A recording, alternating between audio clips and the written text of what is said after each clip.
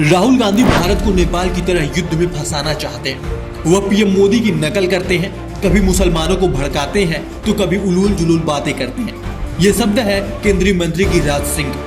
उन्होंने मीडिया से बातचीत करते हुए कहा, इसके बाद सवाल उठता है कि आखिर गिरिराज सिंह और उनकी पार्टी ने आखिर कितनी बार हिंदू मुसलमान किया, और अंत में एक सवाल होगा, आखिर कौन करता है हिंदू मुस्लिम। इस वीडियो में हम पार्टी के कई नेताओं की बात करेंगे, लेकिन शुरुआत करते हैं केंद्रीय मंत्री और झटका मीट के ब्रांड एम्बेसडर गिरिराज सिंह से।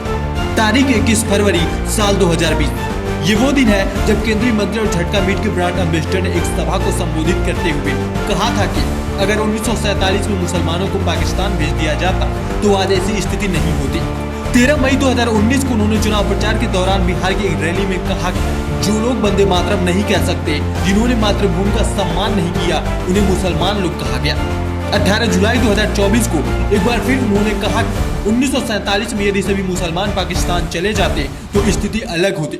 सितंबर 2025 में उन्होंने मंच से मुसलमानों को नमक हराम कहा। केंद्रीय मंत्री यही नहीं रुके, उन्होंने कहा कि मुसलमान सरकार की कल्याणकारी योजनाओं का लाभ तो लेते हैं लेकिन वोट नहीं देते। सेंट्रल मिनिस्टर ने राहुल गांधी पर तंज कसते हुए कहा वह भारत में गृह युद्ध जैसे हालात बनाना चाहते हैं। सवाल है कि आखिर किसने कहा था कि अगर मस्जिदों में फतवा जारी होगा तो मंदिरों में भी हुंकार भरी जाएगी। सवाल है कि ऐसे भाषण से देश का माहौल नहीं खराब होगा।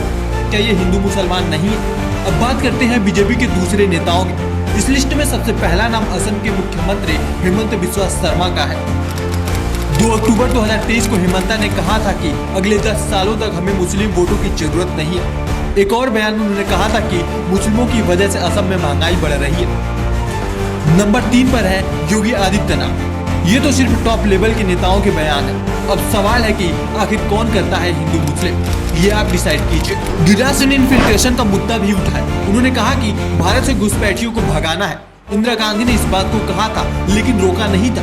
बंगाल और बिहार इनका पनाहगार बन गया है। अब ये लोग भारतवंशियों का हक मार रहे हैं। सवाल है देश में बीते 11 सालों में किसकी सरकार है, या फिर सिर्फ चुनावी मुद्दा बनकर रह जाएगा। जैसे झारखंड में चुनाव आया तो घुसपैठ को मुद्दा बना दिया गया, लेकिन चुनाव जाते ही इन्फिल्ट्रेशन शब्द वहां से गायब हो गया। सवाल है कि क्या बिहार इलेक्शन के बाद भी इन्फिल्ट्रेशन का मुद्दा ठंडा पड़ जाएगा।